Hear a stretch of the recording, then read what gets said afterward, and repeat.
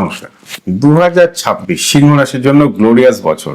আকস্মিক প্রচুর পরিবর্তন আপনার লাইফে আসতে চলেছে এবং তার সাথে সাথে যেটা উল্লেখ করব, ভাগ্যের কিছু সহায়তা লাভ, ভাগ্যের কিছু আকস্মিক পরিবর্তন, কর্মক্ষেত্রে কিছু পরিবর্তন, আর্থিক চ্যালেঞ্জের মুখোমুখি সবকটা পার্ট কিন্তু সিংহ রাশির জাতক জাতিকাদের 2026 ইন্ডিকেটস করবে। বেশ কিছু অপ্রত্যাশিত ঘটনা ঘটবে, যদিও বছরের বেশিরভাগ সময় বৃহস্পতির শুভ দৃষ্টির প্রভাবে আর্থিক দিকটা এবং সম্পর্কের দিকটা তুলনামূলকভাবে বজায় থাকবে, অর্থাৎ চালিয়ে নিতে পারবেন।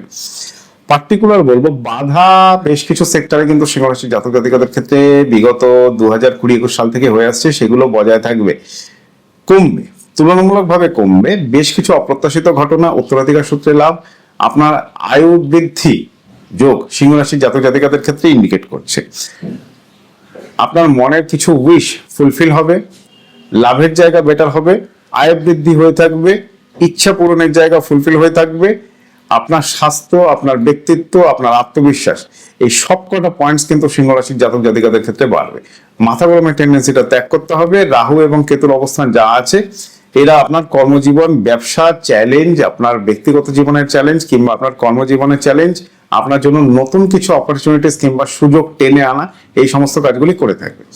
সিংহ রাশি তুলনামূলকভাবে কিন্তু কামিং টাইম ভালো আসতে চলেছে। পার্টিকুলার যে কোনো সাবজেক্টের উপরে আপনাদের আরো বেশি কনসেন্ট্রেট দিতে হবে, যেটা সিংহ রাশির একটা মেইন ডিফিকাল্টিস।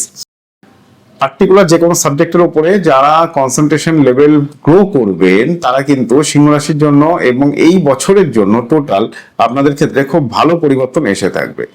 প্রতিদ্বন্দ্বী এবং শত্রু সিংহ রাশির জাতক জাতিকাদের ক্ষেত্রে যেটা রয়েছে, তাদের ক্ষেত্রে পরাজিত হবে। মহিলাদের ক্ষেত্রে এবং পুরুষদের ক্ষেত্রে শারীরিক কিছু রোগ ভোগের আগাম আভাস পাওয়া যায়।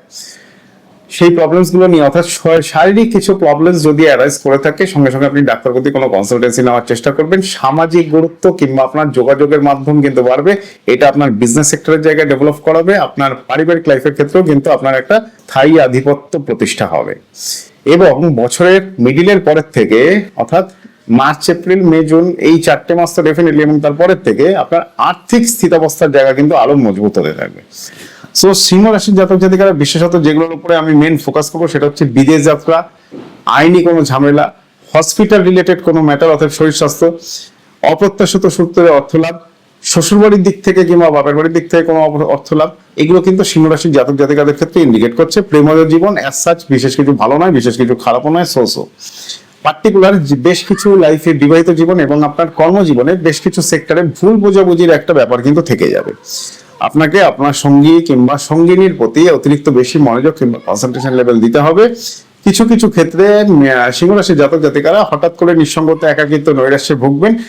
বিবাহিত জীবনের জায়গায় অতিরিক্ত কিছু ভুল বোঝাবুঝির পরিমাণ এবং আপনার শরীর স্বাস্থ্যের জায়গায় কিছু অসুবিধা এবং উচ্চাকাঙ্ক্ষা কিছুটা সিংহ রাশির জাতক জাতিকাদের একটা কন্ট্রোলের মধ্যে রাখতে হবে।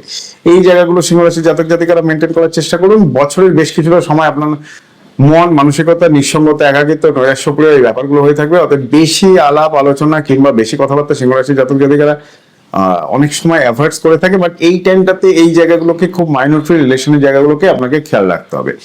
শিক্ষা এবং বিদেশ যাত্রা দুটো ক্ষেত্রে, অর্থাৎ উচ্চশিক্ষা এবং বিদেশ যাত্রা দুটো ক্ষেত্রেই সিংহ রাশির ক্ষেত্রে পজিটিভ টাইম।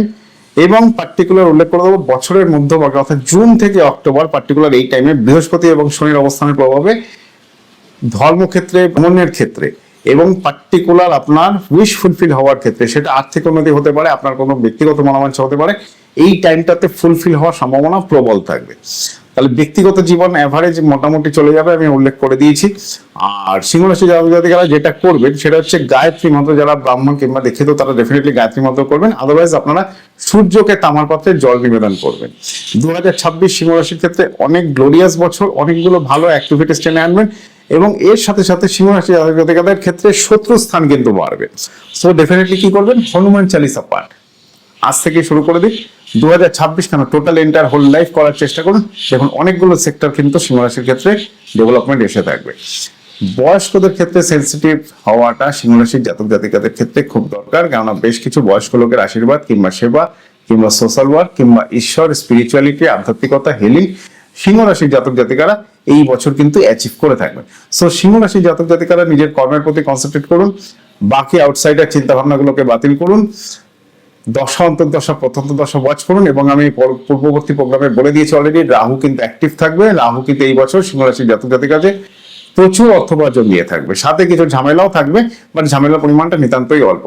সো ডেফিনেটলি নবগ্রহ শান্তি স্তোত্রম আপনারা কিন্তু পাঠ করতে পারেন, এটা আপনাদের ক্ষেত্রে অনেক ভালো রেসপন্স নিয়ে আসবে।